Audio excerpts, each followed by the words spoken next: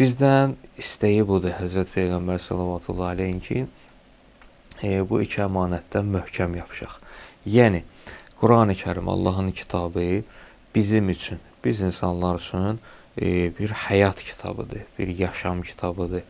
İnsan doğru, düzgün, sağlam, səliqəli, yəni belə deyək də, insan yaşayışı kimi yaşamaq istəyirsə, həm bu dünya yaşaması, həm də əbədi yaşamaqda sağlam, salamat, salim yaşamasını istəyirsə, Qurani-Kərim onun yolunu göstərir və digər tərəfdən də Əhl-i Beyt əleyhissalam həm yaşayıblar, həm də yaşamağın yolunu Əhl-i Beyt əleyhissalamın sirəsi, yolu bunu göstərir.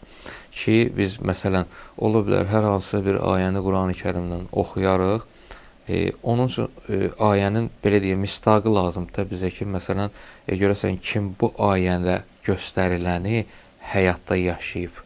Baxıb görür ki, Əhl-i Beyt əleyhissalam, Həzrət Əli əleyhissalam, İmam Hüseyn əleyhissalam və digər imamlarımız bu ayədə göstərilənləri yaşayıblar. Bu da bizim üçün bir sirədir, bir nümunədir.